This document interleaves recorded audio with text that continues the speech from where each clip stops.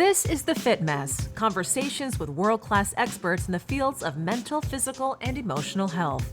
In this episode, whether it's mom or dad or just any adult figure, you need to speak positively about women's bodies, about your own body.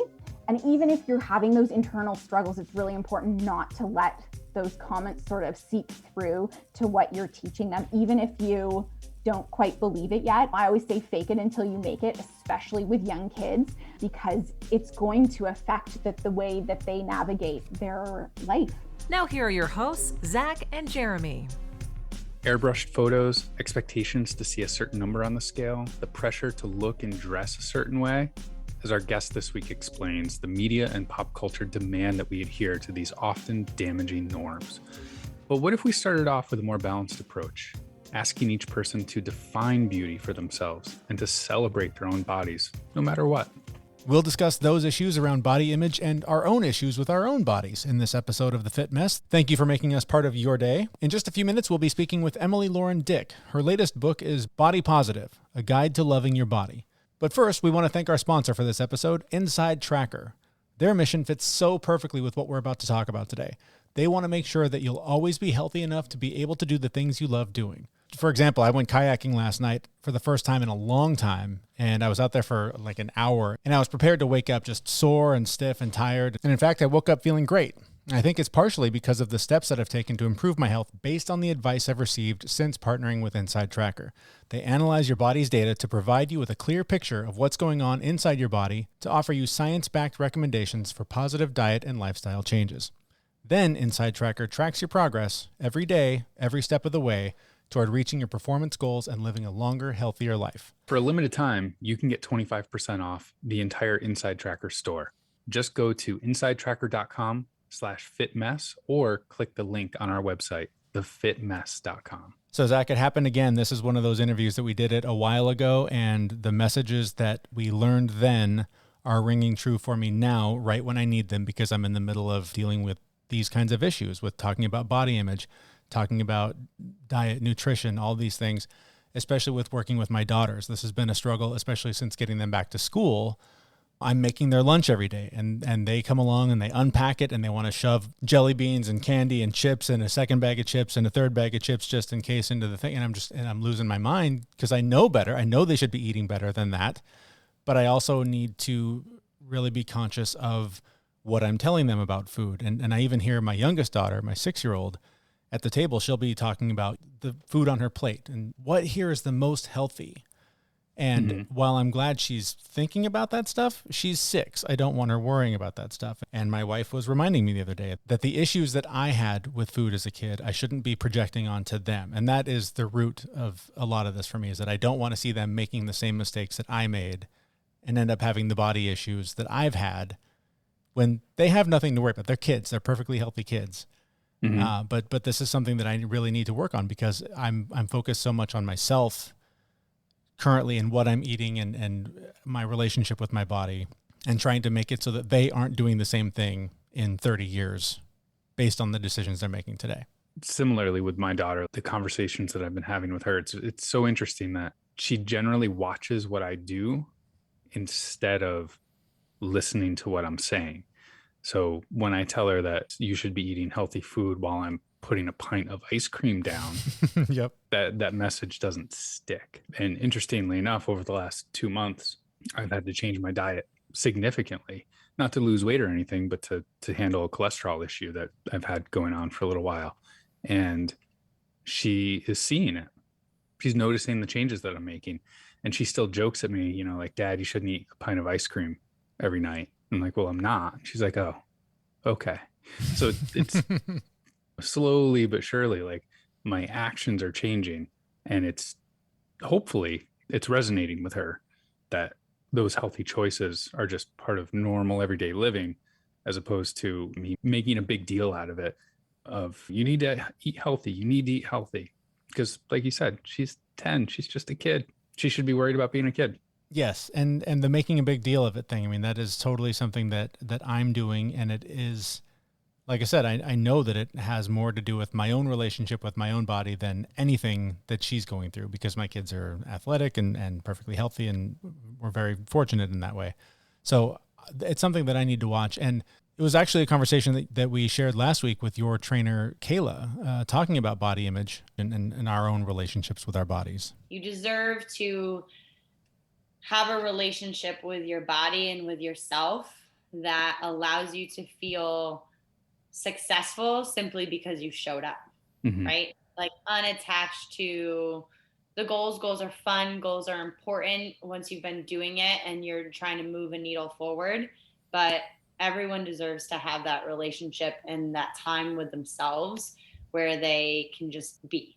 And that's such a hard thing to do. And speaking of goals, that is a goal that I have for myself, and I don't meet it nearly enough. Yeah. I was just listening to a podcast on anxiety and how for somebody with anxiety, sitting with yourself, and a lot of the things that make me anxious are things like my own heartbeat or random pains in my body. So sitting alone with myself is like a very scary thing for me, because if I listen to my heartbeat, I get anxious that it's not beating right, and that increases my heart rate. Then I get more anxious that my heart's not beating right. Set aside the whole body image thing, like I don't think my body's working right half the time. So it's a very interesting thing to be able to sit with yourself. And it definitely is a goal of mine to get to that point. I'm not there yet, but I'm so much further along than I used to be. Well, there are tons of reasons that we all have this struggle with relationships with our own bodies. And we talked about that with our guest this week. Her name is Emily Lauren Dick. Her book is Body Positive, A Guide to Loving Your Body.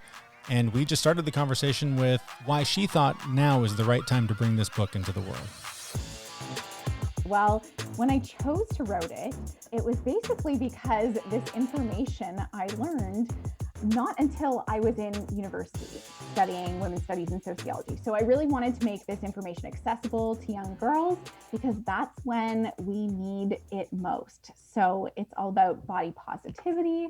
It's kind of like an introduction to all things about body image. It's got some introspective questions, some workbook answer sheets for you, as well as the really visual aspect and responses from real women. So you mentioned body positivity, and I can definitely relate through a lifetime of not feeling great in my own body. But I want to ask about negative views of your own body. Why is that so dangerous, and why is that such a problem?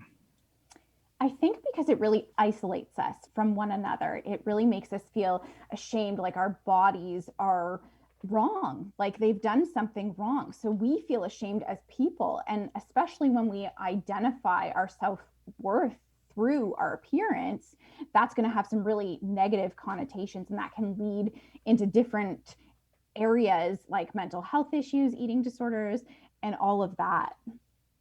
The media takes quite a beating in your book for their role in shaping our relationship with our own bodies. Talk about the influence that media plays on telling us how to feel about ourselves. Absolutely. Well, the media and sort of diet culture are really closely linked because they're selling us this idea of what an ideal body should look like.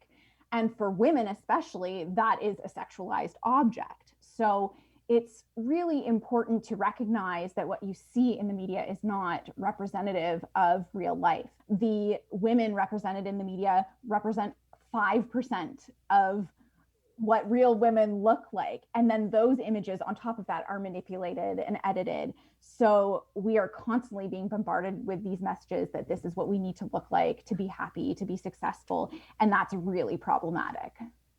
So with all of these messages of what we need to be looking like, there's also the peer groups, right? I can tell you with my own experience with my 10-year-old, she is getting the hourglass shape already. She's getting curvy, as much as I really don't want to admit it.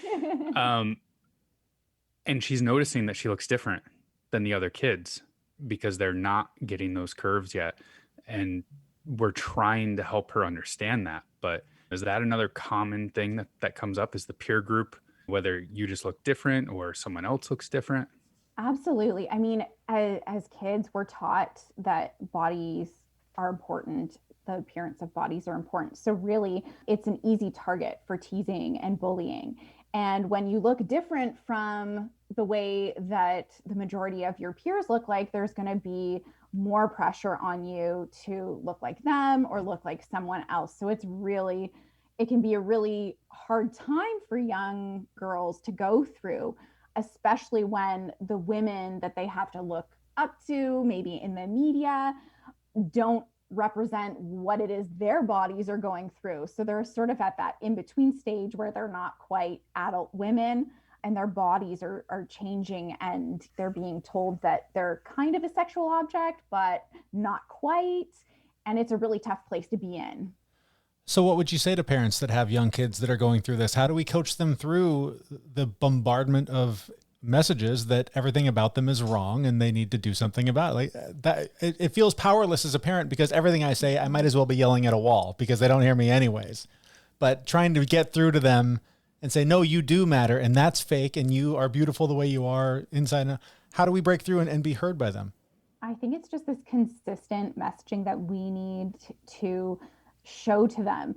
I think what you're doing is great by explaining the stereotypes and pointing them out and allowing them to develop that skill in recognizing that media is not real, because that's half the battle. These kids don't necessarily know that what they see in the media is a false presentation of what a body looks like.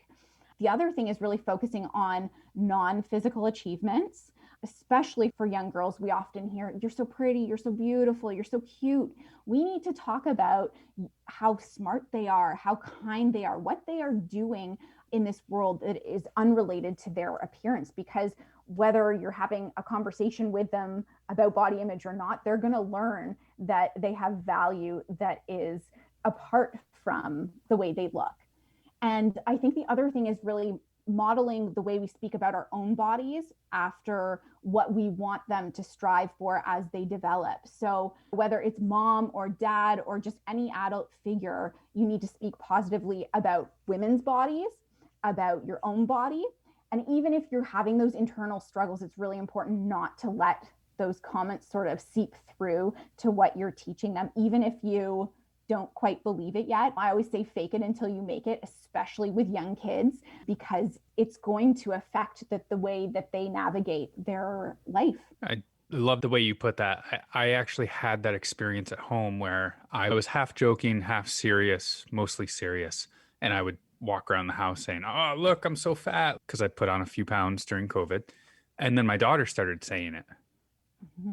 And it was a bunch of contributing factors, but my wife let me know quickly. She's like, well, she might be saying it because you're saying it and you need to start changing that. So I had to radically shift the way I treated myself externally, fake it till I made it, because I still had those doubts.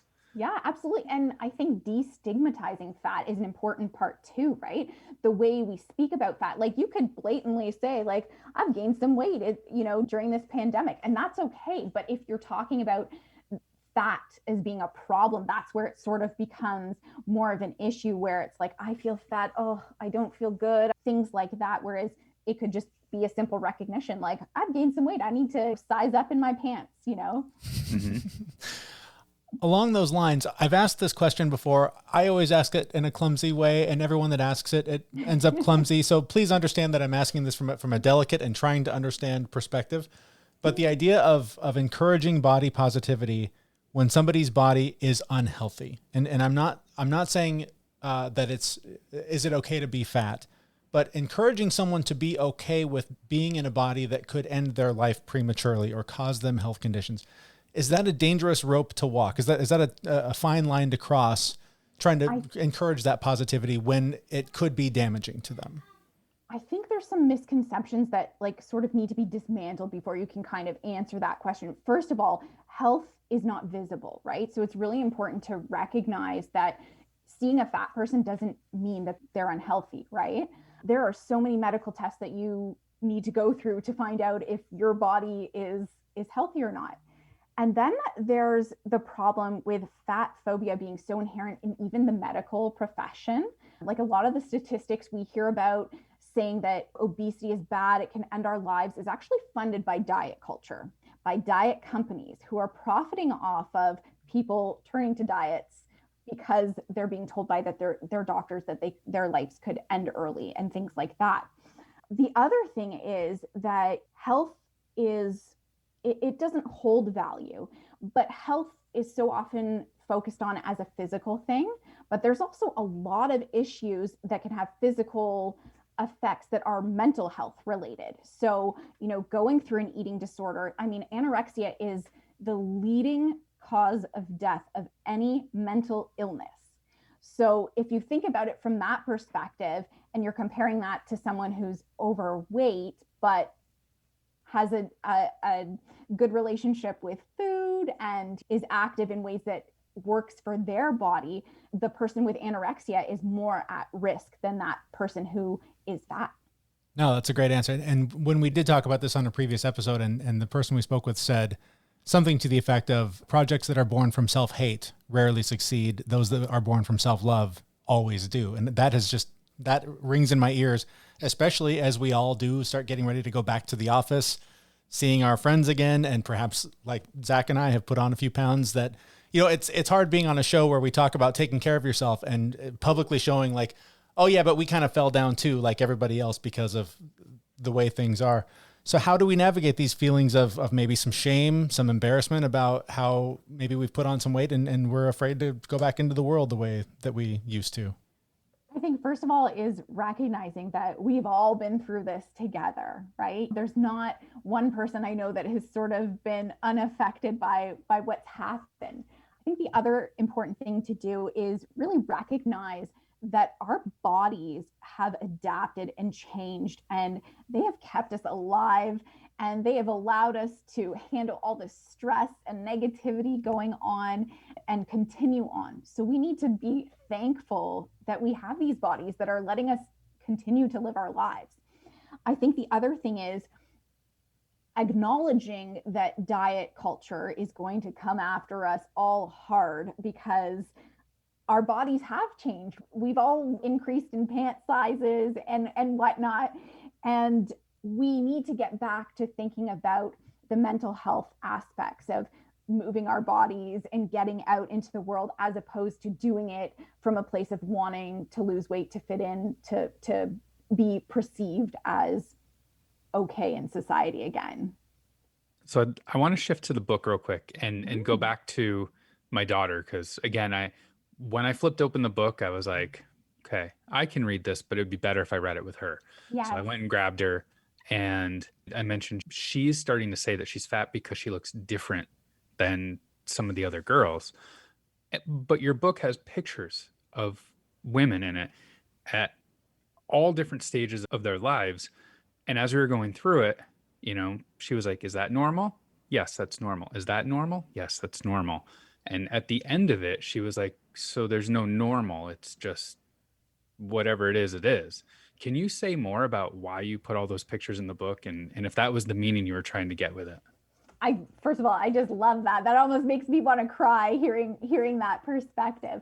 But yeah, absolutely. I wanted everyone who read the book to really see someone that reminded them of themselves. As much as we want to take away the fact that women's bodies is tied to their worth, we need to redefine beauty first. And I think showing and normalizing normal bodies is a huge part of that, and recognizing that we are all so different, but that also makes us so similar. We all have struggled with negative body image, but our experiences with negative body image are very unique.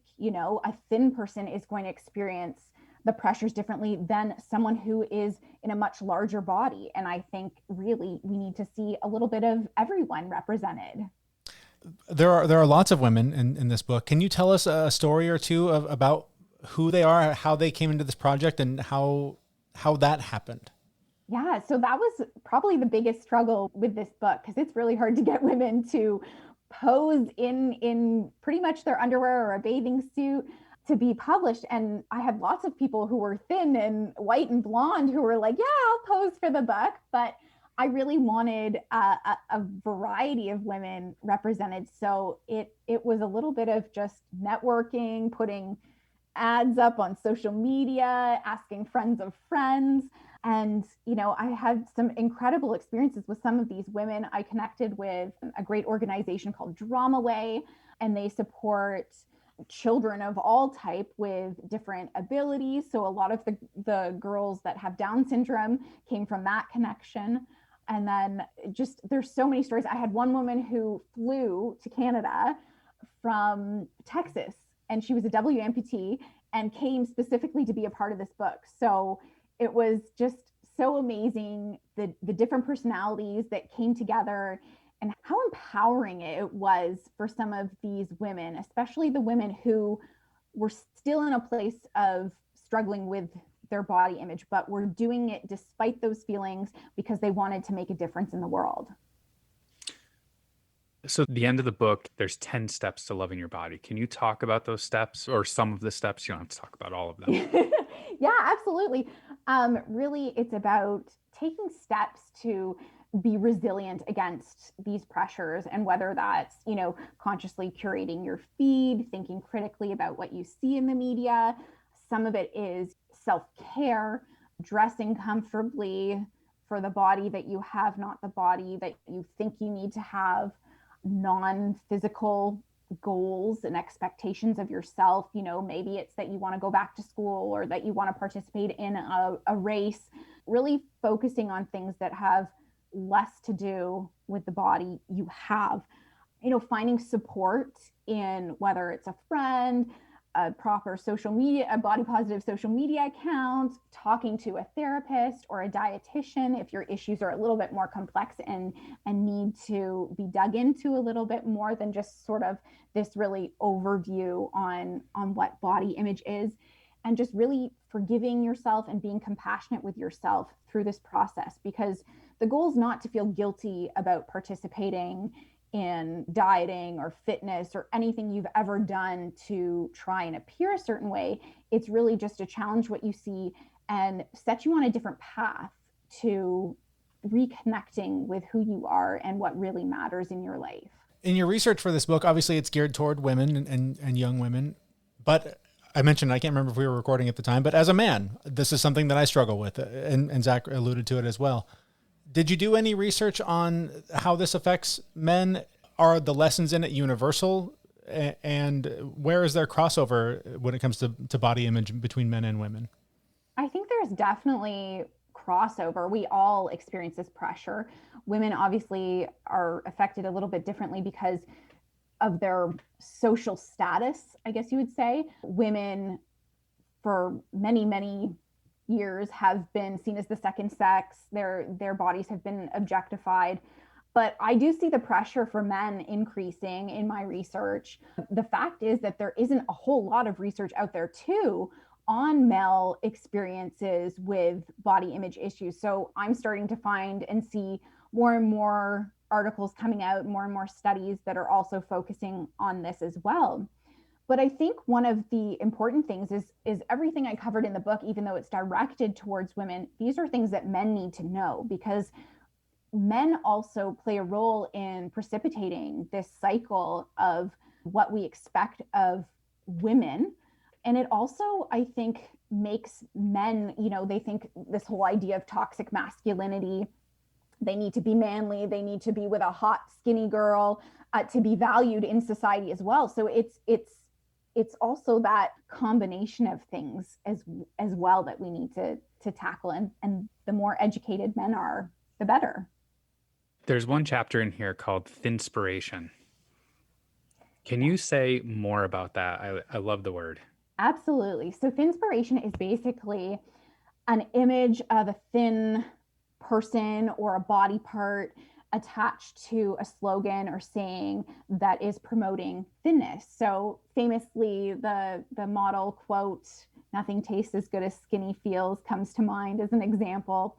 And really, it's just imagery that is out there to promote this thin ideal. And it's very problematic because it's especially prevalent on these eating disorder websites. So you'll see a lot of it there, but also it's very much embedded in social media. It's guised as wellness culture or health culture, let's get fit, let's get healthy, but it's promoting this idea that thinness is the only way to achieve health or acceptance.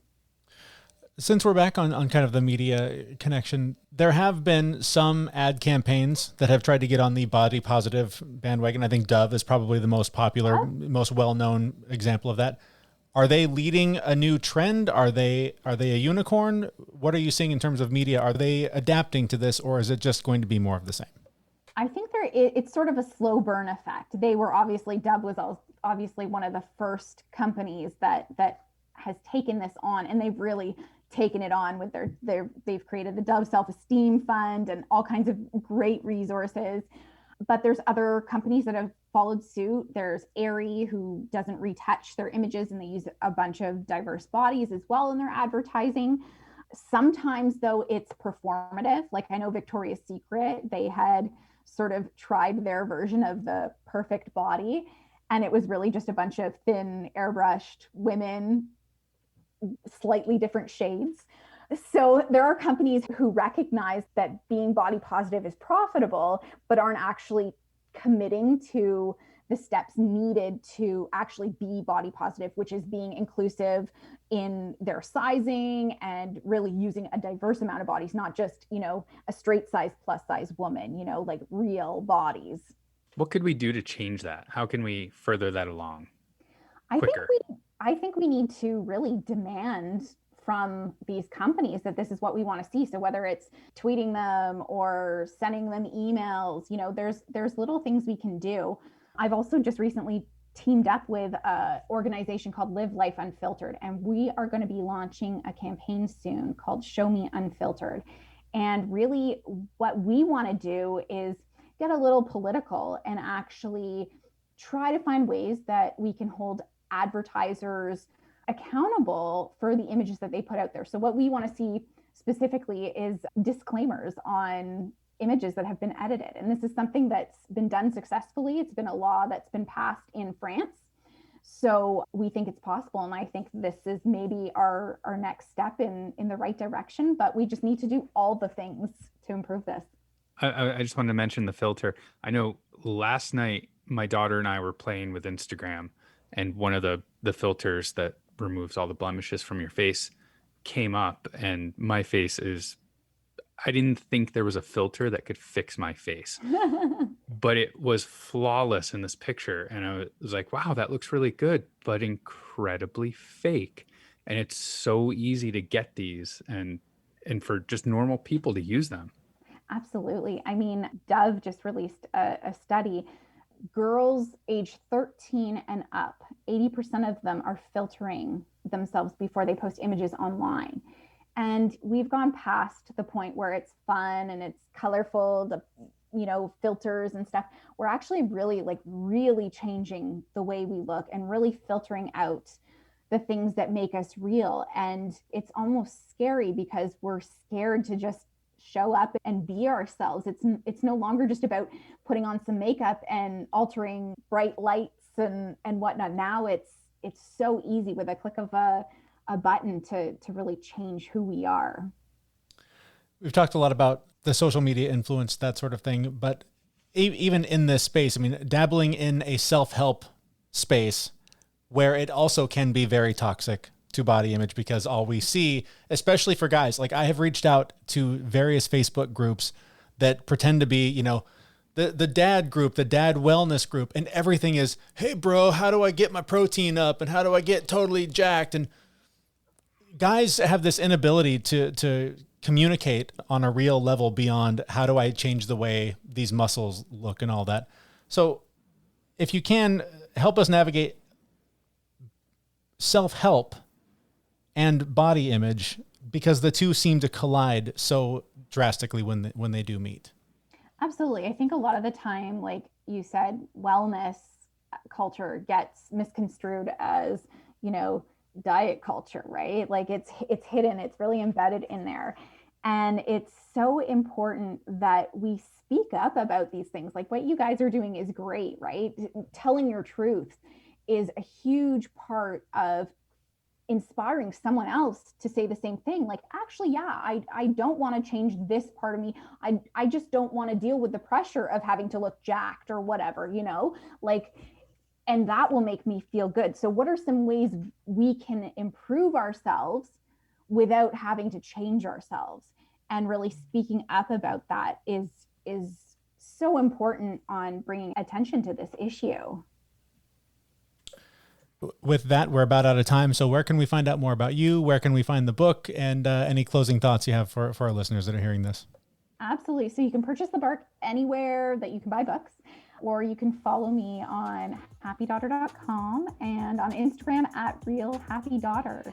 And yeah, final thoughts, just, you know, be conscious of what you see in front of you, whether it's a media advertisement or someone you know's social media feed, and, you know, challenge what you see.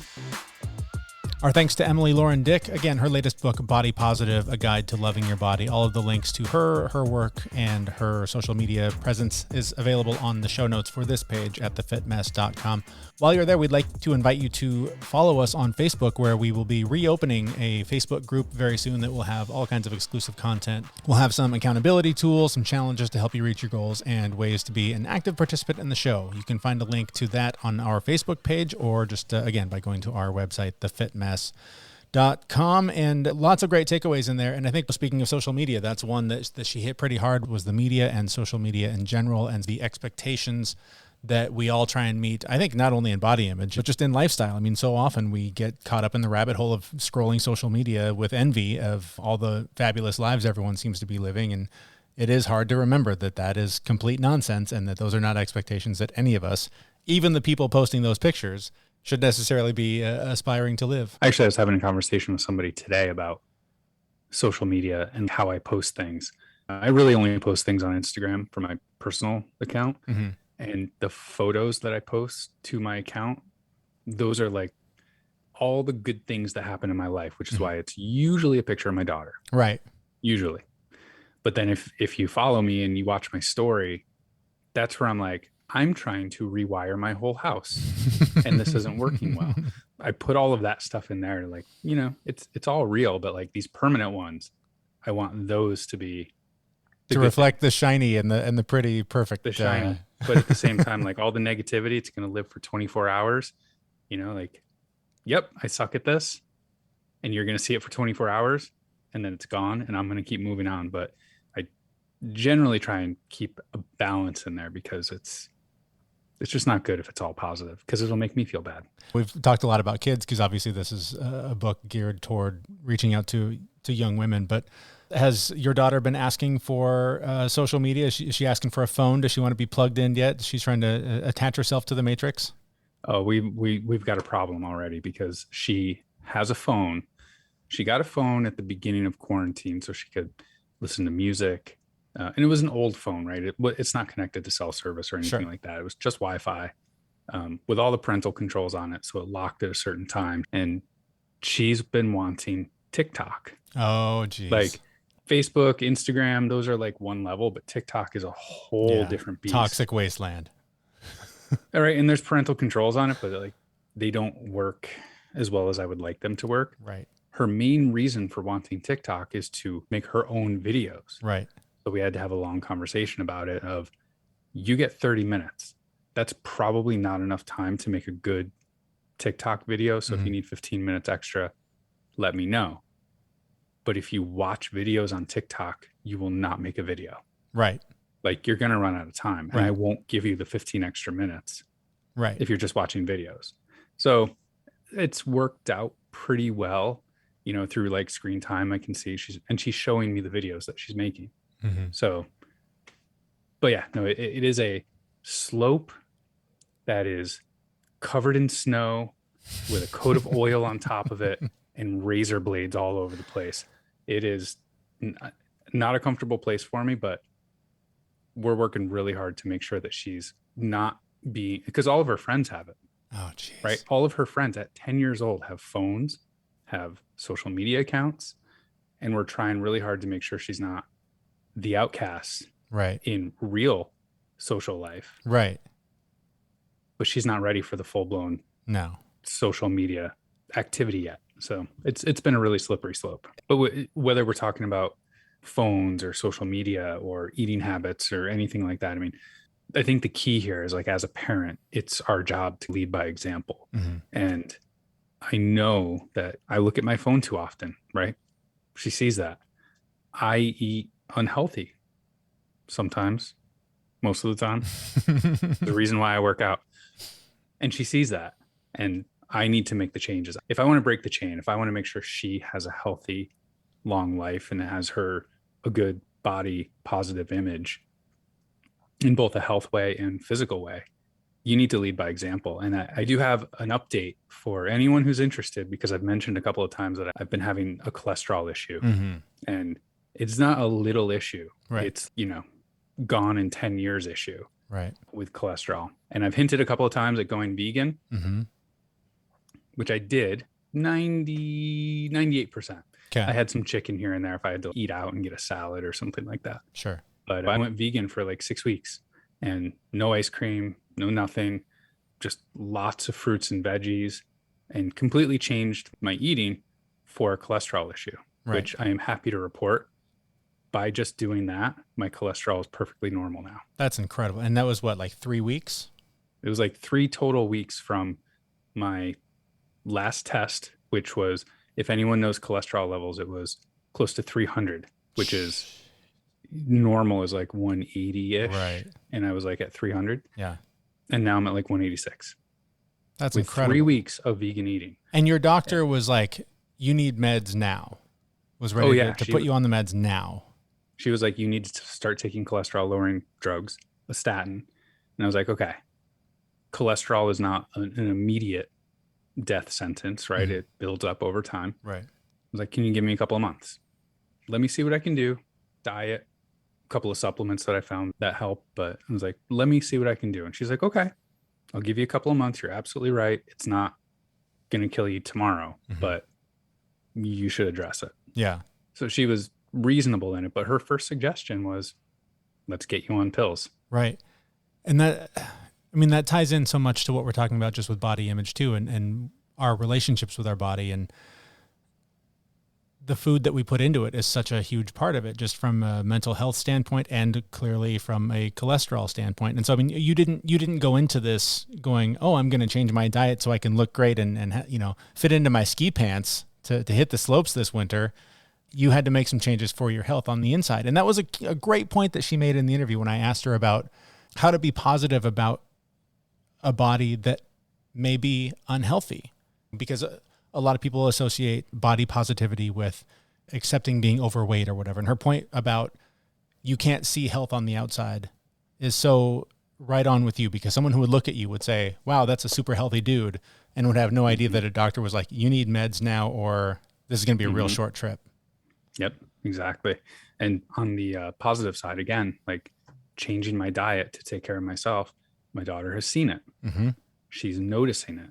Yep. And then also, like, my belt is noticing it too. Nice. So there's a nice positive benefit to it. It helps when you don't eat ice cream as much as I was eating ice cream. Yeah. I still love it though. So since we're talking about changes and some of the things that it's mental changes in the way you look at things, the way you feel about things, we need to cut the show now because I have to go eat lunch, which is going to consist of a salad. And I'm going to tell you, like, a month ago, I hated salads with a passion. Couldn't stand them. Don't know why, just didn't like them. But, again, things change if you just give it an opportunity. And I gave salads a chance, and I actually like them now. So I think we should end it here because I got to go eat my salad. You've made friends with your salad, just like your anxiety. All of your demons, you're just having a nice little chat with them all and becoming close buddies. Oh, no, I still fight with many of them on a regular basis. Oh, that's good. All right. Well, we will wrap it up. We would like to invite you to join our Facebook group that will be opening up here in the next week or so, but start by just following us there on Facebook, and we will invite you to join the group for various accountability tools and challenges and just a community to sort of share this journey that we're all on to try and live a little bit happier, healthier lives. Again, do that at thefitmess.com, where next Wednesday we'll be back with a brand new episode. Thanks so much for listening. See you, everyone. We know this podcast is amazing and doesn't seem to lack anything, but we need a legal disclaimer. Prior to implementing anything discussed in this podcast, it is your responsibility to conduct your own research and consult your physician. You should assume that Jeremy and Zach don't know what they're talking about, and they're not liable for any physical or emotional issues that occur directly or indirectly from listening to this podcast.